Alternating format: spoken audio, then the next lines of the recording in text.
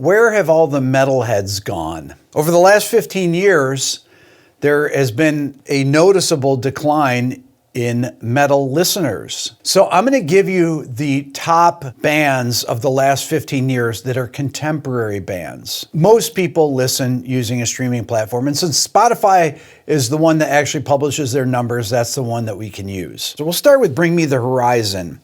Has 13.6 million. Next up is Ghost, 9.8. Pierce the Veil, 9.7. Falling in Reverse, 8.7. Bad Omens, 7.0. Five Finger Death Punch, 6.7 million monthly listeners. Sleep Token, 5.9 million. A Day to Remember, 4.9. Motionless in White, 4.9. Volbeat, 4.8. I Prevail, 4.6. Spirit Box, 3.1. Architects, 2.7. Gojira, 2.2, and so on and so forth.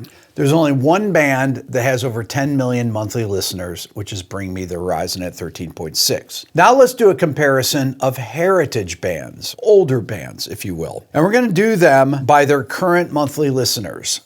The top tier, which are 20 million plus monthly listeners. Number one is Linkin Park with 53.7 million monthly listeners. Metallica, 31.4. System of a Down, 24.8. Limp Bizkit, 21.9. Next, we have acts that are 10 to 20 million monthly listeners. Disturbed, 17.5. Black Sabbath, 17.3. Deftones, 17.1. Slipknot, 15.2. Ozzy, 14.5. Papa Roach, 13.6. Rammstein, 13.3. Skillet, 12.1. Avenged Sevenfold, 11.3. Alice in Chains, 10.6. And then we have, I guess we'll call our mid-tier, which is 5 to 10 million monthly listeners. Once again, these are heritage bands, bands that have been around since really before 2010. Motley Crue, 9.7. Rage Against the Machine, 9.5. Iron Maiden, 8.4. Pantera, 7.7. Megadeth, 6.4 million. And Godsmack, 5.2 million. Then we have our established acts. Okay, these are acts that are 1 to 5 million monthly listeners. Motorhead is at 4.2, Judas Priest 4.3, Slayer 3.2, Testament 1.1, and Anthrax 1.1. Next, I want to talk about metal songs that have over 1 billion streams.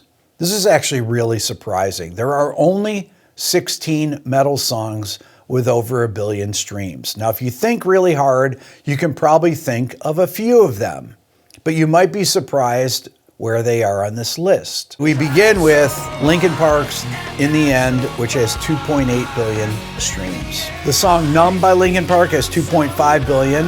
And then we're down to number 3 on the list, which is Metallica Enter Sandman, which has 1.8 billion streams, almost 1.9. System of a Down Chop Suey, 1.8 billion. Metallica's Nothing Else Matters, 1.5. Black Sabbath Paranoid, 1.5. Papa Roach Last Resort, 1.4. At number 8, System of a Down Toxicity has 1.3. Linkin Park What I've Done, 1.2 billion streams. Linkin Park and Jay-Z Numb has 1.2 billion streams. Linkin Park Faint has 1.1 billion.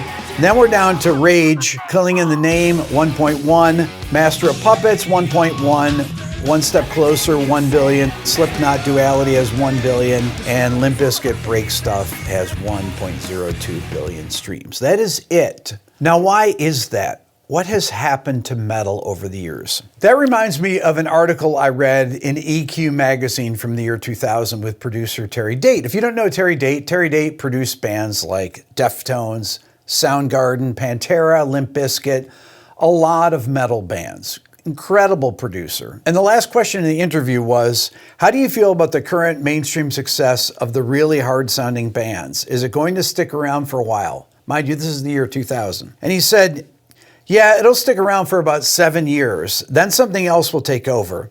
Then the heavy stuff will come back around 7 years later. I've been doing this since the late 70s, and I think this is the third time I've seen heavy stuff come back around. It's really designed for 15 to 25-year-old males. As long as there are 15 to 25-year-old males and 63-year-old males, they're always going to want aggressive music. I know that's what I wanted to listen to at that age, and I still like listening to it. If you go back to the first batch of bands that are contemporary bands that I talked about at the beginning of the video, they're bands like Bring Me the Horizon, Ghost, Pierce the Veil, Falling in Reverse, Bad Omens, Five Finger Death Punch, Sleep Token. Those bands are not nearly as big as Metallica or Megadeth or Anthrax or Slayer, or even bands like System of a Down or Slipknot. Any of the bands from the early 2000s or the late 90s or way back into the 80s, these bands aren't even close to being that big. To put in perspective, Bring Me the Horizon, which is pretty much the biggest of these kind of post-metal or metalcore bands, with their 13.9 million monthly listeners on Spotify, Can You Feel My Heart has 796 million plays, or 800 million plays. But there's really very few, if any, that are even close to that. They just don't connect with kids in that age bracket, I don't think, like they did. It's a far smaller group. I think one of the reasons is that kids don't play instruments like they did. I really believe that. It's not that they don't like heavy music, it's that their connection to heavy music, a lot of people, was through playing. I know mine was, maybe because of social media and kids that just don't get into music like they did. It's not as much of the culture. A lot of the young kids like to work out, do things like that. They watch sports, but they're into fitness and doing things like that. They're not into going to metal shows. I've got kids that are in that age range. And I've got friends that have kids in that age range too. This is Mike. Mike has a couple teenagers.